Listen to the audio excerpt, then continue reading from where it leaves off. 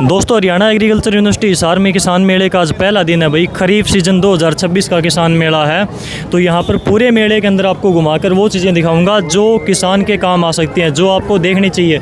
अगर आप किसान मेले में नहीं आ सके तो इस वीडियो को पूरा देख लेना। मेले के अंदर जितनी भी काम की जानकारी है सारी की सारी इस वीडियो के अंदर आपको देखने को मिलेगी। तो चलिए शुरू करते हैं। यहाँ पर ये एंट्री गेट है, यहाँ पर चेकिंग होने के बाद में एंट्री मिलती है। पूरा मेला आपको घूमकर दिखाऊंगा। आज बारिश हो रही है लगातार हरियाणा के अलग अलग क्षेत्रों में, तो ज़्यादा किसान भाई यहाँ पर नहीं पहुँच पाए, लेकिन भीड़ अब होने लगी है और जैसे जैसे दिन चढ़ता जाएगा भीड़ बढ़ती जाएगी मेले के अंदर। तो मेले के अंदर पहुँच चुका हूँ भाई, और यहाँ पर पंजीकरण करवा सकते हो। मिट्टी की जांच है, फसल प्रतियोगिता है, उसके बाद में सारी जो प्राइवेट कंपनियों की स्टॉल है वो स्टार्ट हो जाती है। इस साइड में फ्रंट में इप्सा सीड की है।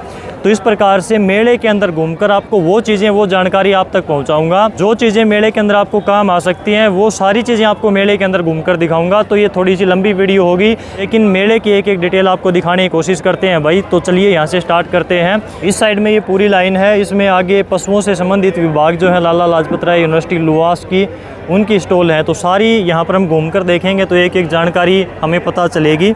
तो वहाँ पर पंडाल बना हुआ है और यहाँ पर सीएम सैनी भी आ जाने वाले हैं।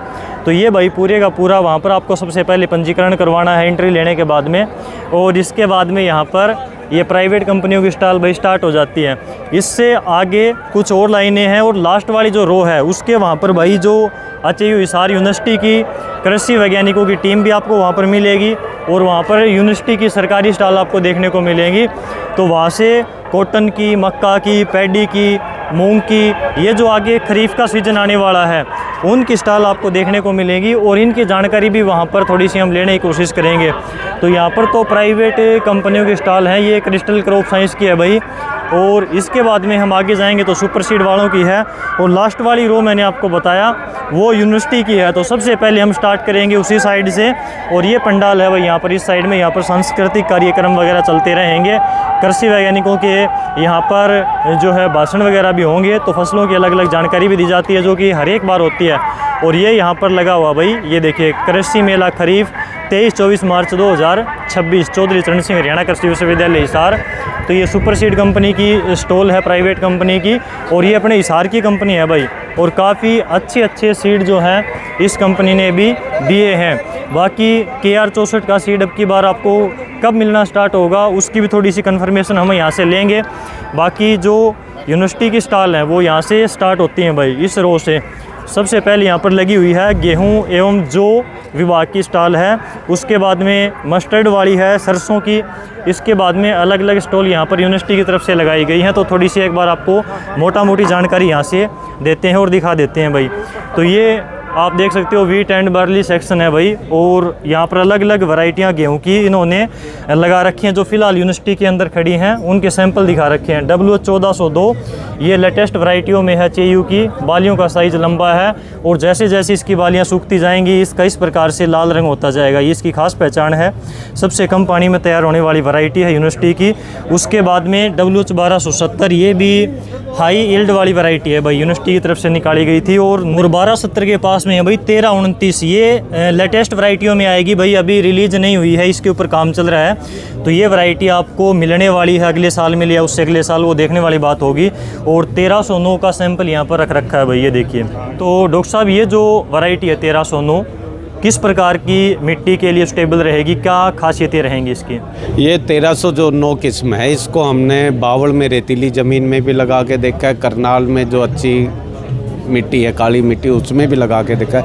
ये हर मिट्टी में बहुत अच्छी पैदावार दे रही है। बावड़ जैसे रेतीले इलाके में 75 में भी इसने 60 से 62 मन किले की या 60 से 62 क्विंटल पर हेक्टेयर की पैदावार दी है। और इसमें जो सबसे अच्छी बात है कि इसमें प्रोटीन है वो 13.1% है। और ये एक ऐसी सबसे आज तक की जो जितनी भी किस्में आई हैं उनमें सबसे ज़्यादा तापमान सहनशील किस्म है, जिसके जो HSI वैल्यू कहते हैं वो 1 से कम होना चाहिए। इसकी 0.76 है। तो जो जैसे इस बार भी फरवरी में तापमान बढ़ा था, ऐसे तापमान बढ़ने के प्रति ये बहुत सहनशील किस्म है। तो किसान भाई इसको लगाएं और अधिक पैदावार लें। तो इस प्रकार से यहाँ पर भाई नई वैरायटी 1329। डॉक्टर साहब ये अगले साल किसानों को मिलेगी या फिर टाइम लगेगा?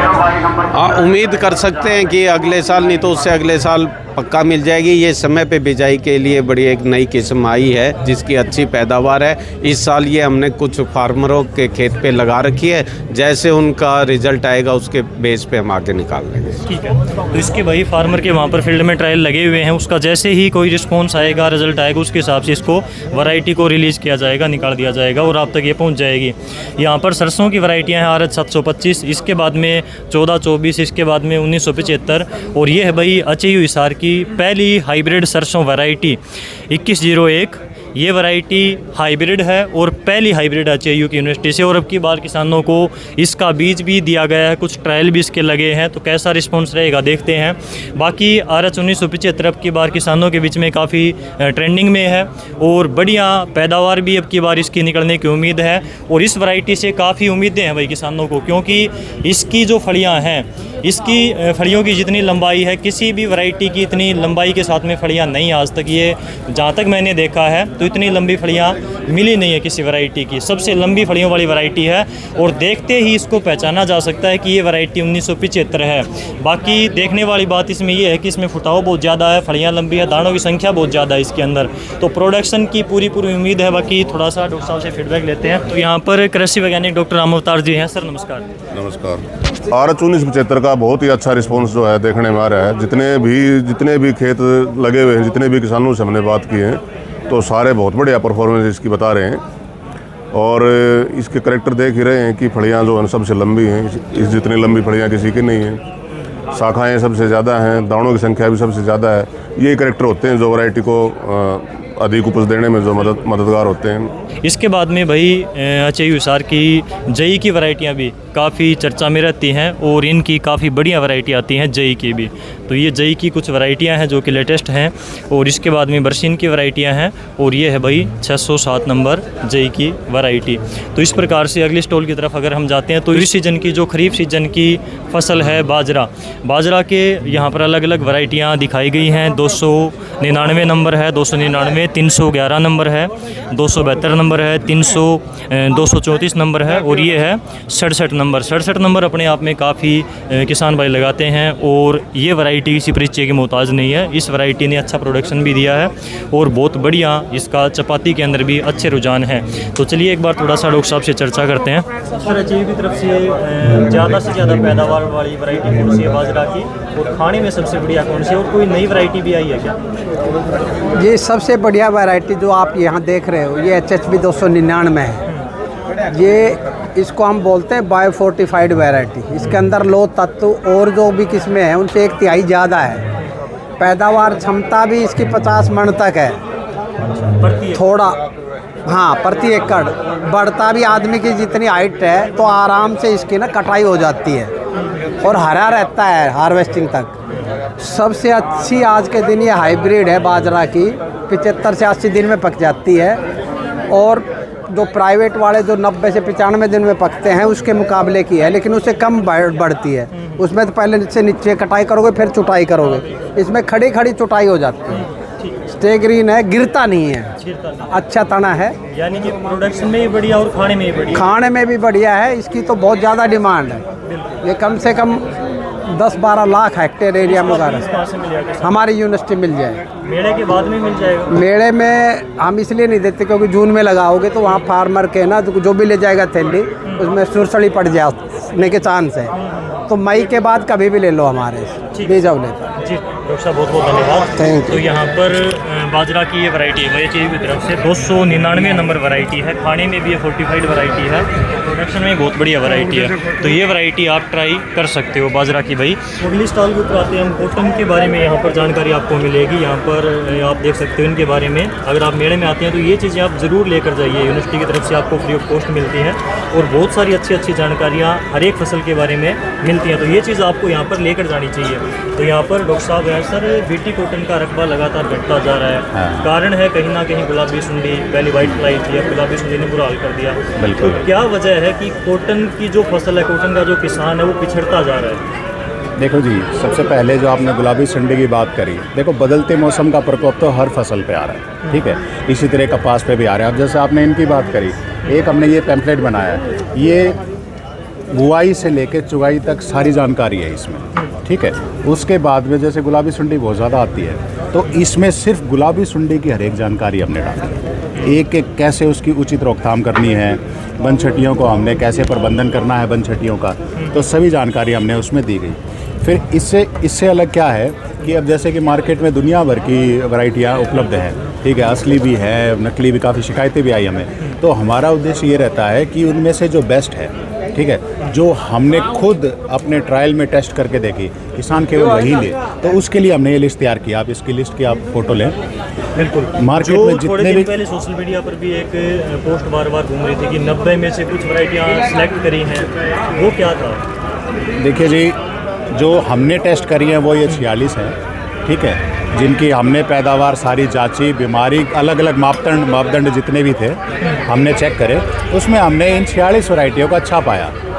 तो हमने इसीलिए बताया कि भाई आप ये ही 46 लें। दूसरा क्या है जी, देखो सोशल मीडिया पे अलग अलग प्रकार की भ्रांतियाँ हैं। अब जैसे ये BG3, BG4 की भी भ्रांति चल रही है, 5G के नाम से भी नहीं, इस प्रकार का कुछ नहीं है, इस प्रकार का कुछ नहीं है। ऐसा यदि कोई आगे कोई वैरायटी बनती है तो हम ज़रूर विश्वविद्यालय उसके बारे में किसानों को सूचित करें। गुजरात वाला नरमा, गुजरात वाला कपास का बीज 5G के नाम से बेच रहे हैं, तो वो अपने यहाँ पर परमिशन है? नहीं, इस प्रकार का कुछ नहीं है।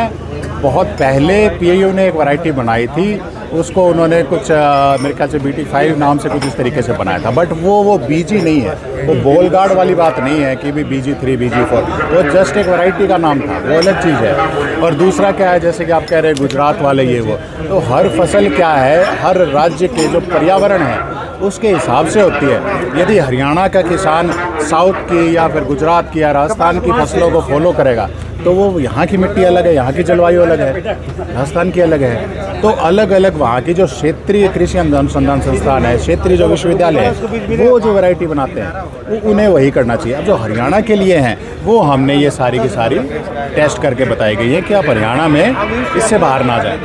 अब दूसरा सवाल क्या आता है, किसान कहता है जी देसी का बीज नहीं मिल रहा, जो आपने एक सवाल करा बहुत जरूरी। देखो जी, दो बातें हैं, हम वही काम करते जो किसान चाहता है। जो सबसे ज़्यादा रुझान हमने देखा, अब किसान का BT की तरफ ज़्यादा है, ठीक है, तो हमने भी अपना सारा फोकस BT की तरफ कर दिया, ठीक है। हमारा जो मतलब जो हमारा पास एरिया है उसमें हमने BT की टेस्टिंग की, BT वाली वैरायटी हमने ज़्यादा शुरू कर दी।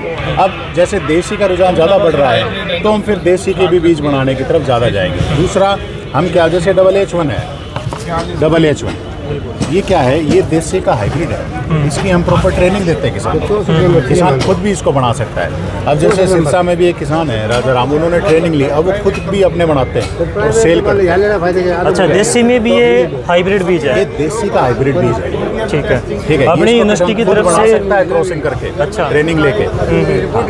जी डॉक्टर साहब, जैसे अपने एचयू की तरफ से देसी कपास की अच्छी अच्छी वैरायटियाँ निकली हैं और बढ़िया रही है, पैदावार दी है, बिल्कुल किसानों के बीच में ट्रेंडिंग में रही है, तो कौन कौन सी वैरायटियों का बीज अपने यहाँ से मिल रहा है? इसीलिए जो है आप देखिए, जो हमने आज तक, क्योंकि क्या है, निरंतर यदि हम वैरायटियाँ बदलते हैं किसान भी कंफ्यूज होते हैं कि भाई आज ये वैरायटी आ गया, आज ये आ गया, आज ये आ गया। तो जब तक हमें वैरायटी में कोई प्रॉब्लम नहीं दिखाई देती ना, हम उसको जल्दी से बदलते नहीं। अब हमारी SD 123 है, SD 432 है, बढ़िया परफॉर्म करती है, बिल्कुल, तो हम बदलते नहीं। लेकिन मैंने आपको वही कहा ना कि हमारे पास जितना क्षेत्र है उसमें हमें बच्चों की भी रिसर्च करानी है, वैज्ञानिकों की भी करानी है, प्लस में अब हम सारा फोकस यदि हम देसी पे कर देंगे तो किसान कहेगा जी BT कहाँ है, बिल्कुल हमें BT लगानी है। तो फिलहाल हमारा फोकस BT पे, हमने BT की सारी टेस्टिंग करी, और जो देसी के हमारा जो एक्स्ट्रा होता है वो हम HSDC को भेजते हैं, यहाँ भेजते हैं, वो सेल करते हैं। बट पिछले सीज़न में बीज काफ़ी ख़राब भी हुआ, बारिश काफ़ी थी, इस वजह से तो मेन फोकस इस पे है, और देसी हम अभी उतना ही लगा रहे हैं जिससे हम इसको कंटिन्यू कर सकें। डॉक्टर साहब, जैसे कि किसानों में काफ़ी ज़्यादा आपने बताया कि सोशल मीडिया पर भ्रांतियाँ, अफवाहें ज़्यादा हैं, BT2 के बाद में BT3 की राह देखने लगा है किसान की। BT3 कब आएगा, उसमें क्या परिवर्तन होगा, नहीं होगा BT2 के बाद में, भाई बीज में ही दिक्कत आने लगी, तो ऐसा क्या कुछ सीन है? आपकी बात बिल्कुल सही है। मेरा एक खुद का मेरी ऑब्जर्वेशन है, एक मृदा वैज्ञानिक होने के नाते। अभी हमने भिवानी ज़िले के 4 ब्लॉकों का हमने सर्वे करा, तो शाम, शिवानी, लोहारू और बहल। हम गए वहाँ पे, किसान काफ़ी नाराज़ था वहाँ पे, खासकर कपास किसान कहता जी हमारी अच्छी होती नहीं है। तो हमने उनसे सिर्फ 2 बातें पूछी, क्या आपने कभी इनको फॉलो करा? वो बोले नहीं। मैं कहा क्या आप रेगुलर मेले में आते? कहते जी होती नहीं तो क्या करेंगे आगे।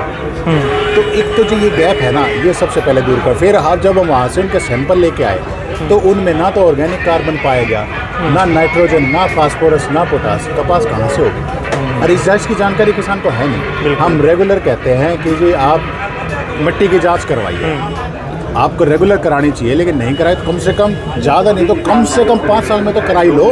नहीं करा पाता किसान। अब वो सामने आप देखें मिट्टी पानी जांच का स्टॉल है, बिल्कुल मैंने दिखाया अभी, मेरे ख्याल 10 रुपये या 20 रुपये लगते हैं। मिट्टी की 1-1.5 महीने में आपके घर आ जाती है, पानी की आपको शाम तक मिल जाएगी। किसान नहीं करवा रहा, बिल्कुल। तो किसान को सोचना पड़ेगा ना। ठीक है।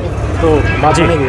तो ये मृदा वैज्ञानिक है भाई, मिट्टी की सेहत को सुधारने के पीछे काम करते हैं। मिट्टी के अंदर भी कमी होने लगी है, माइक्रोन्यूट्रेंट की कमी होने लगी है, तो प्रोडक्शन घटा है फसलों का। तो मिट्टी की जांच आपको करवानी चाहिए। मैंने आपको बताया भी था कि मिट्टी पानी की जांच आपको ज़रूर करवानी है मेले के अंदर अगर आप जाते हो तो। और मैंने पिछले किसान मेले के अंदर भाई खुद जो है पानी की जांच करवाई थी और हाथों हाथ शाम को जाते टाइम पर रिपोर्ट लेकर गया था, आपको बताया भी था। इसके बाद में अचेयू हिसार की चने की वैरायटियाँ काफ़ी ज़्यादा प्रसिद्ध हैं और बढ़िया प्रोडक्शन भी देती हैं। 87 नंबर हरियाणा चना नंबर 7 इनकी लेटेस्ट वैरायटी है। और इससे पहले 6 नंबर वैरायटी काफ़ी चलती थी, जो कि यहाँ पर रख नहीं रखी दिखाने के लिए, लेकिन ये 5 नंबर वैरायटी है। और इसके अलावा ये है भाई 7 नंबर वैरायटी, ये अपने वहाँ पर डेमो में भी लगी हुई है।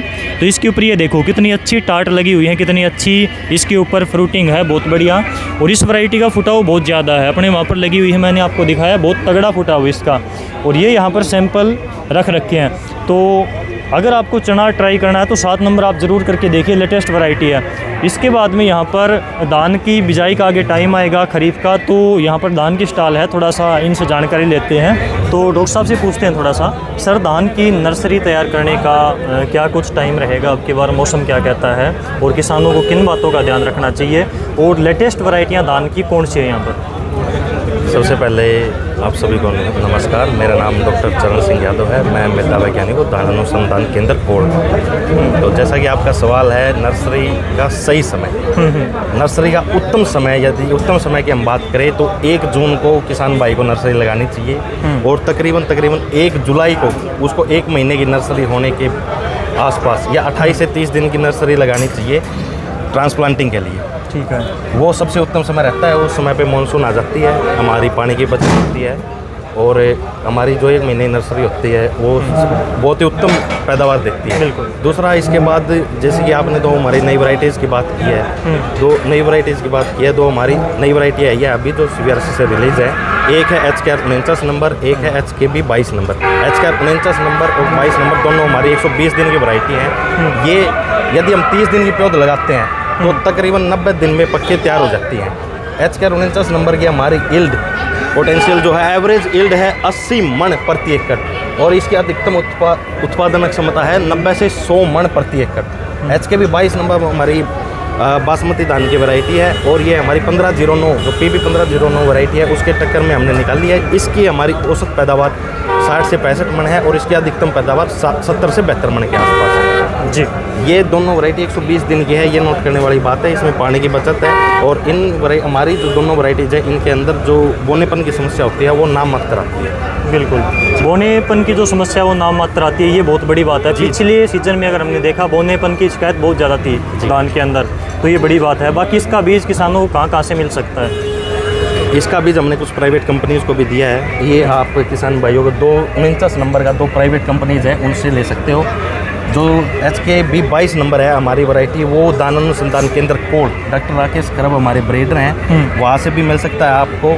और अभी उसका प्राइवेट इस साल प्राइवेट कंपनीज़ को देंगे हम 22 नंबर का बीज। जी, तो इस प्रकार से किसान भाइयों आपको बीज मिलेगा और ये जानकारी थी। डॉक्टर साहब आपका बहुत बहुत धन्यवाद। तो ये धान की स्टॉल थी भाई। इसके बाद में यहाँ पर स्टॉल है मक्का की, और मक्का की भी अलग अलग वैरायटियाँ लगा रखी हैं यहाँ पर। 225 नंबर, 225 नंबर, 226 नंबर और ये 1, 4, 5, 79 और ये 10 HM 10। तो ये मक्का की अलग अलग वैरायटियाँ हैं। तो थोड़ा सा डॉक्टर साहब से जानकारी लेते हैं। सर स्वागत है सबसे पहले तो आपका। देखो, पहले तो मैं किसान भाइयों को ये बताना चाहता हूँ कि मक्का कई प्रकार की होती है। बिल्कुल। जो हम अपने चारों तरफ देखते हैं अभी तक उसको कहते हैं साधारण मक्का। और वो ज़्यादातर फीड वगैरह में, पता है, मक्का ज़्यादातर फीड में इस्तेमाल होती है या स्टार्च इंडस्ट्री में जाती है। एक होती है विशेष मक्का। विशेष मक्का में एक है QPM क्वालिटी प्रोटीन मेज, जिसमें ताकत ज़्यादा होती है। वो खाने के लिए और फीड के लिए वरदान होती है। जैसे ये किस्में हैं HQPM 1, 4, 5, 7 और HQPM 29। ये उच्च क्वालिटी मक्का है जिनको हम बेसन की तरह इस्तेमाल कर सकते हैं। बहुत सारे प्रोडक्ट बना सकते हैं इनको, केक, बिस्कुट वगैरह इस टाइप की इनकी इंडस्ट्री लगाई जा सकती है इनके प्रोडक्ट की, और फीड के लिए बेस्ट है। इनके अलावा एक जो साधारण मक्के जिसकी मैं बात कर रहा था, ये लेटेस्ट वैरायटी है अभी IMS 225 और IMS 226। ये बसंत काल के लिए इसकी ये रिकमेंड हुई है, मतलब इसको फरवरी में लगा सकते हैं। 25 जनवरी से लेके 15 फरवरी बेस्ट टाइम है, और ज़्यादा आप मार्च के शुरू तक लगा सकते हो। उसके बाद यदि आप किसी भी तरह की मक्का की काश्त करोगे तो दाना बनने में दिक्कत आती है, क्योंकि टेम्परेचर बढ़ जाता है और परागकण मर जाता है, परागण की क्रिया नहीं होती। अब बात होती है दूसरी विशेष मक्का की, एक है बेबी कॉर्न। जैसे नाम से पता है, बेबी का मतलब बच्चा। दाना बनने से पहले जो गुल्ली आती है उसको बेबी कॉर्न कहते हैं। ऐसी किस्म चाहिए जिसके अंदर कम से कम 3 गुल्ली आए एक पौधे पर, इसकी पैदावार अच्छी हो, इसकी मिठास हो इसके अंदर, और इसके जो धारियाँ हैं, लाइन है, ये भी सीधी हो, चारे की क्वालिटी भी अच्छी होनी चाहिए। तो इसमें HM4 जो हरियाणा कृषि विश्वविद्यालय द्वारा विकसित की गई है, वो बेस्ट किस्म है बेबी कॉर्न के लिए जी। इसमें 1 एकड़ में 7-8 क्विंटल बेबी कॉर्न निकल जाती है, और 80 से 100 क्विंटल हरा चारा निकल जाता है। जो बेबी कॉर्न है इसको सैलड के रूप में इस्तेमाल करते हैं, मिक्स वेजिटेबल बनती है, अचार मुरब्बा भी बनता है। पहले हम इंपोर्ट करते थे बेबी कॉर्न को, लेकिन आज के दिन एक्सपोर्ट हो रही है हरियाणा से।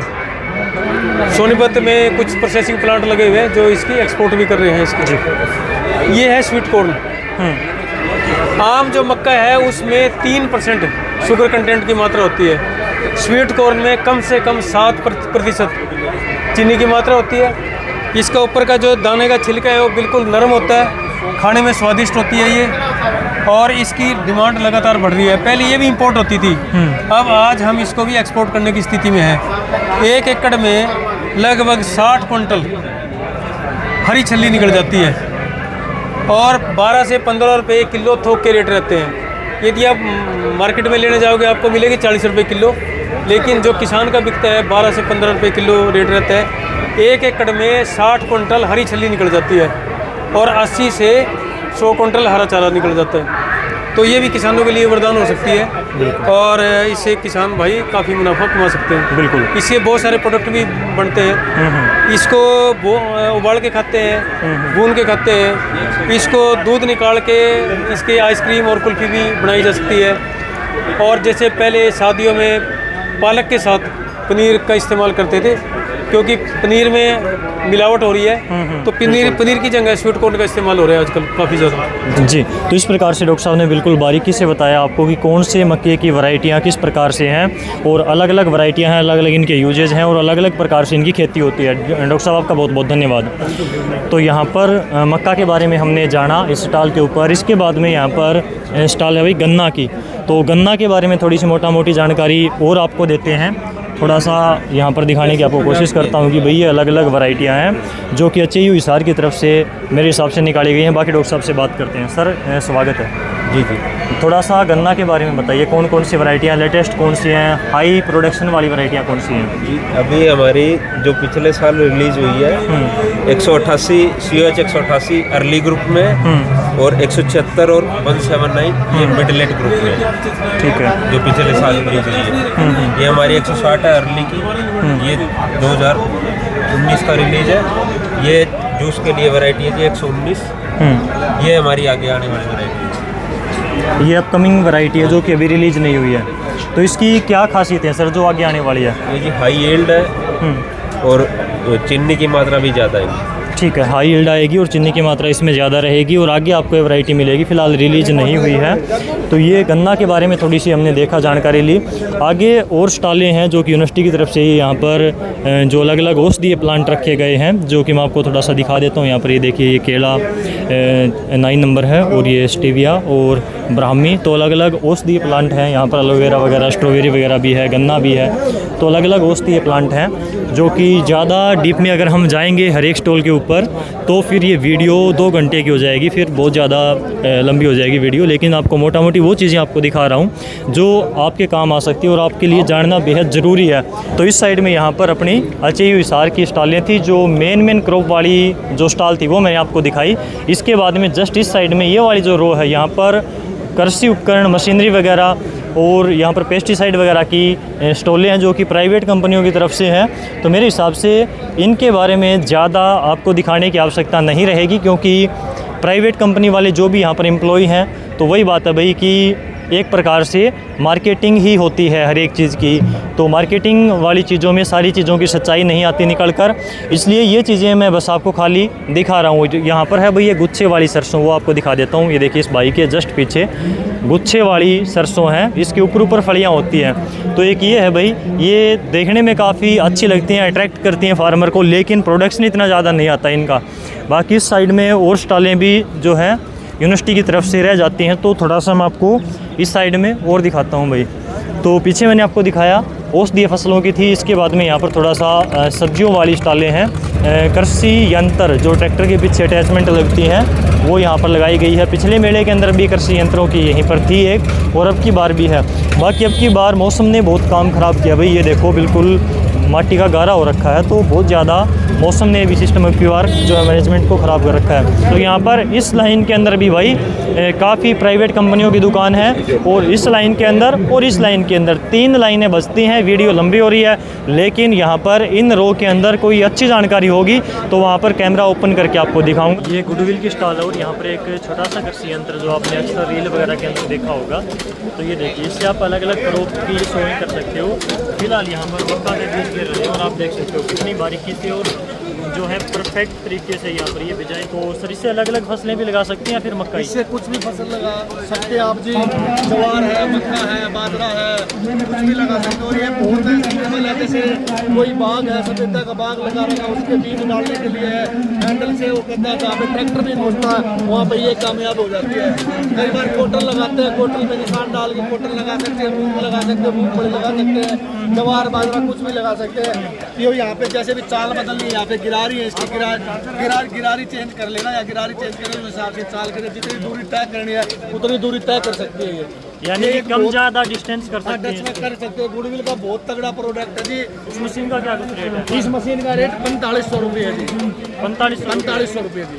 ठीक है। तो इसको किसान ले कैसे सकता है? किसान हमारा गुडविल कंपनी का नंबर है जी, नंबर नोट कर ले, या कहीं हमारे अलग अलग जगह डिस्ट्रीब्यूटर है हर शहर के अंदर गुडविल के, वहाँ से। और हमारा और कोई नंबर यूज करना चाहो तो 98 129 13 187 नंबर है जी मेरा, और उससे संपर्क कर सकता है जी। ठीक है, ठीक है। तो जानकारी आपको मिल जाएगी, और इससे आप जो है इनका नियर बाई जो स्टोर है वहाँ से ये आप इनसे मशीन ले सकते हो भाई। तो ये गुडविल है, हरे चारे में काफ़ी नाम है, और हरे चारे के अच्छे अच्छे बीज आते हैं भाई। गुडविल का अपने आप में सीड के लिए जानी जाती है। ये यारा की स्टोर है, इसके बाद में राशि वालों की है। उस साइड में भाई अलग अलग प्राइवेट कंपनियों की स्टॉलें हैं। तो यहाँ पर सबसे पहले इस रो के अंदर एक और है जो फ्रंट में है, शक्तिवर्धक कंपनी की। इस साइड में क्रिस्टल की है, स्प्रे पंप क्रिस्टल के बढ़िया क्वालिटी के आते हैं, तो क्रिस्टल का भी आप स्प्रे पंप यूज करके देख सकते हो भाई। और इसके अलावा यहाँ पर शक्तिवर्धक की है। शक्तिवर्धक की स्टॉल के ऊपर हम यहाँ पर इनसे पूछेंगे देसी कपास का बीज KR 64 का कि अब की बार कब से मिलना स्टार्ट होगा, कितना क्या कुछ स्टॉक है, क्या कुछ रेट है। तो ये चीज़ें थोड़ी सी हम KR 64 के बारे में, देसी जो कपास की वैरायटी है उसके बारे में थोड़ा सा हम इनसे पूछ लेते हैं। शक्तिवर्धक की स्टॉल के ऊपर फिलहाल हूँ भाई। इनका KR 64 के नाम से देसी कपास का बीज आता है, X6 के नाम से गवार काफ़ी फेमस है, और इनका विराट गोल्ड के नाम से मूंग फेमस है। तो KR 64 का बीज सर देसी कपास का की बार कब तक किसानों को मिलना शुरू हो जाएगा, और कितना स्टॉक है बीज का? सबसे पहले तो जी आपको नमस्कार जी, और आपने अपना कीमती टाइम दिया उसके लिए आपका धन्यवाद। आपके सभी दर्शकों को नमस्कार जी। जैसा कि शक्तिवर्धक कंपनी जो है देसी कपास के अंदर अग्रणी है, तो इसी तरह कंपनी क्या है कि जो भी बीज तैयार करती है किसान के लिए अच्छा बीज तैयार करके देती है। तो KR 64 जो देसी कपास का बीज है वो हमारा जो है 25 और 26 मार्च को मार्केट के अंदर आ जाएगा। स्टॉक की बात करा तो लिमिट स्टॉक है, क्योंकि इसमें जो प्रोडक्शन है वो काफ़ी कम है हमारे पास, इतना नहीं है। लेकिन इसके अलावा हम 2 वैरायटियाँ और आप लोगों को दे रहे हैं, जो KR 126 और KR 149 2 तरह की वैरायटियाँ हैं, जिसमें KR 26 का जो टुकड़ा है वो गोल रहेगा और जो 149 है उसका जो टुकड़ा है वो लंबा रहेगा। अगर बात करें देसी कपास के बारे में, KR 64 के बारे में, तो इसका जो KR 64 की जो पैदावार की जो की बात करते हैं, तो उसका रिकॉर्ड जो है कंपनी की दूसरी वैरायटियों ने तोड़ा है। मार्केट में कोई किसी तरह की देसी कपास जो आज तक नहीं आई जो KR 64 का रिकॉर्ड तोड़ सके, लेकिन 149 और 136 जो इससे ज़्यादा उपज देने वाली वैरायटी हम लेके आ रहे हैं आपकी बार। तो जो भी किसान साथी देसी कपास लगा रहा है आपकी बार KR 136 और KR 149 भी अपने खेत के अंदर लगाए, बहुत बढ़िया वैरायटी है जी। तो ये नई वैरायटी है इनकी, तो ये भी आप ट्राई करके देख सकते हो। KR 64 के बारे में हमने इनसे अपडेट ली, तो यहाँ पर फिर हम वहीं पर आ जाते हैं दोबारा जहाँ से हमने वीडियो स्टार्ट करी थी। उस साइड में फसल प्रतियोगिता, मिट्टी पानी की जांच, पंजीकरण, और इस साइड में मेन गेट, और इस साइड में पंडाल, और ये भाई यहाँ से स्टॉलें स्टार्ट होती हैं। तो इस प्रकार से यहाँ पर मैंने पूरे मेले के अंदर भाई घूमकर आपको दिखाया जो चीज़ें किसान को देखने लायक थी, सुनने लायक थी, और जो जानकारी मुझे लगता था कि इस वीडियो में कवर करने लायक थी, जो आप तक पहुंचाई जा सकती थी इतने कम समय के अंदर, क्योंकि पूरा मेला तो कवर किया नहीं जा सकता आधे घंटे में। तो जो चीज़ें ज़रूरी थी वो मैंने आपको दिखाई। अब इस वीडियो को और किसानों तक पहुंचाना ये आपकी जिम्मेवारी है, तो वीडियो को शेयर करना अधिक से अधिक, और खेती बाड़ी की सही सटीक जानकारी के लिए डियर किसान को सब्सक्राइब जरूर कर लेना। बहुत बहुत धन्यवाद।